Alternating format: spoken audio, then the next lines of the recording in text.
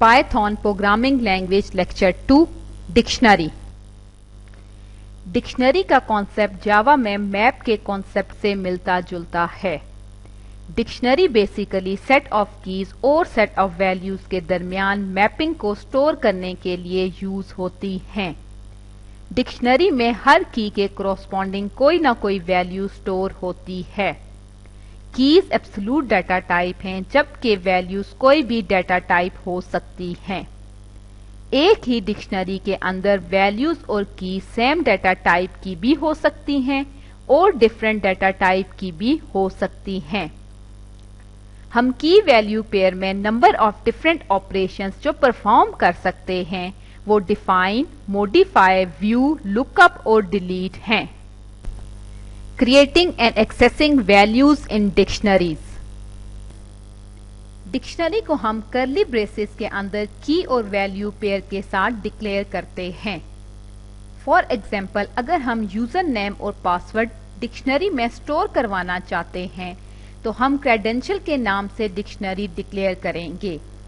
Credential assign curly braces की 1 value 1 coma की 2 value 2 curly braces closed.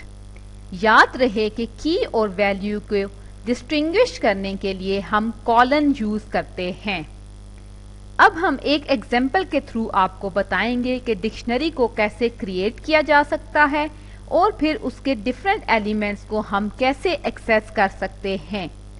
सबसे पहले आप ई ड्राइव में dictionary.py के नाम से एक फाइल क्रिएट करें और फिर उसको ओपन करें। यहाँ पे हम क्रेडेंशियल के नाम से एक डिक्शनरी डिक्लेयर करेंगे। Credential assign curly braces user colon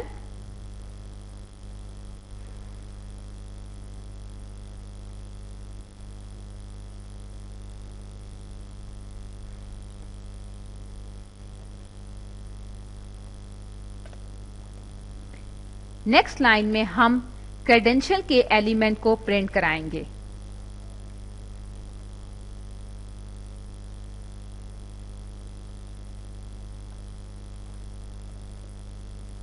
अब आप इस कोड को सेव करें और पाइथन शेल में इस फाइल को एग्जीक्यूट करें।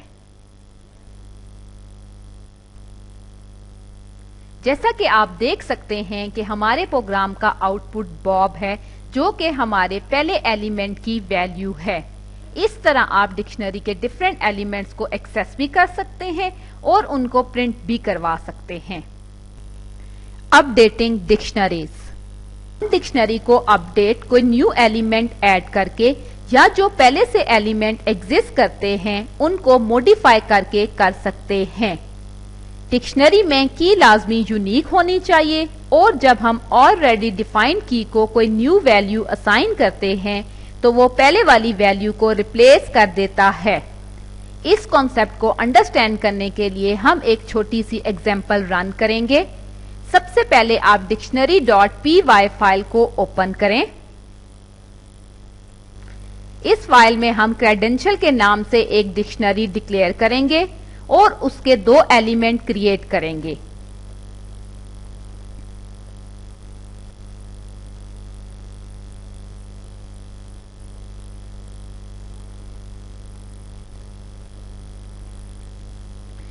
जैसा कि आप देख सकते हैं कि एक एलिमेंट यूजर है जिसको हमने वैल्यू बॉब असाइन की है और दूसरा एलिमेंट पासवर्ड है जिसको हमने 1 2 3 4 वैल्यू असाइन की है। नेक्स्ट स्टेटमेंट में हम इस क्रेडेंशियल के यूजर एलिमेंट को न्यू वैल्यू असाइन करेंगे।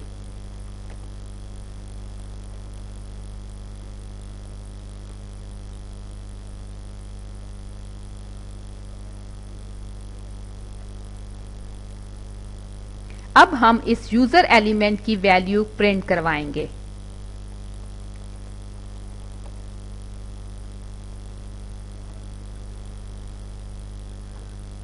अब आप इस कोड को सेव करें और पाइथन शेल में इस फाइल को एग्जीक्यूट करें।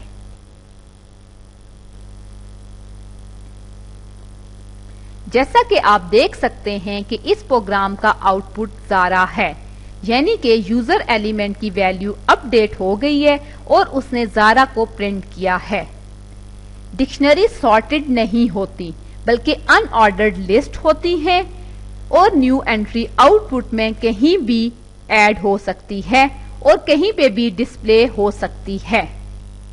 Properties of dictionary keys. Dictionary में हम की वैल्यू कोई भी वैल्यू दे सकते हैं। यहाँ किसी स्पेसिफिक डाटा टाइप की रिस्ट्रिक्शन नहीं है। हम एलिमेंट को प्री डिफाइंड डाटा टाइप भी एज वैल्यू दे सकते हैं और यूजर डिफाइंड डाटा टाइप भी एज वैल्यू दे सकते हैं। दो इंपॉर्टेंट पॉइंट्स जो हमें डिक्शनरी के बारे में याद रखना इंतहाई जरूरी है। पहला ये कि हम डिक्शनरी की किसी भी एलिमेंट की एक से ज्यादा वैल्यू नहीं दे सकते। इसका मतलब ये है कि हम डिक्शनरी में एक की वैल्यू एक ही दफा दे सकते हैं, एक से ज्यादा दफा नहीं दे सकते। जब हम एक से ज्यादा दफा की के अगेंस्ट कोई वैल्यू असाइन करते हैं तो जो सबसे लेटेस्ट असाइनमेंट होती है उसकी वैल्यू की के अगेंस्ट स्टोर हो जाती है। फॉर एग्जाम्पल, अगर हम एक डिक्शनरी डिक्लेयर करें जिसका नाम डिक्शनरी हो और फिर उसमें नेम के अगेंस्ट दो वैल्यू सेव करवाएं जिनमें से एक वैल्यू ज़ारा हो और दूसरी मानी हो, तो जब हम नेम एलिमेंट की वैल्यू प्रिंट करवाएंगे तो वो मानी प्रिंट करेगा क्योंकि मानी हम की लेटेस्ट असाइनमेंट है। Properties of dictionary keys. Keys immutable होनी चाहिए। इसका मतलब ये है कि हम की प्री डिफाइंड डाटा टाइप में से ही कोई असाइन कर सकते हैं जो नंबर, स्ट्रिंग और टपल हैं। फॉर एग्जाम्पल, हम डिक्शनरी की नहीं रख सकते। अगर हम डिक्शनरी में की नेम जस्ट नेम रखेंगे तो सही तरह से एग्जीक्यूट होगा, लेकिन अगर हम की नेम को स्क्वेयर ब्रेसेस में इंसर्ट करेंगे और फिर उसको एज डिक्शनरी की यूज करेंगे तो हमारा प्रोग्राम एरर देगा।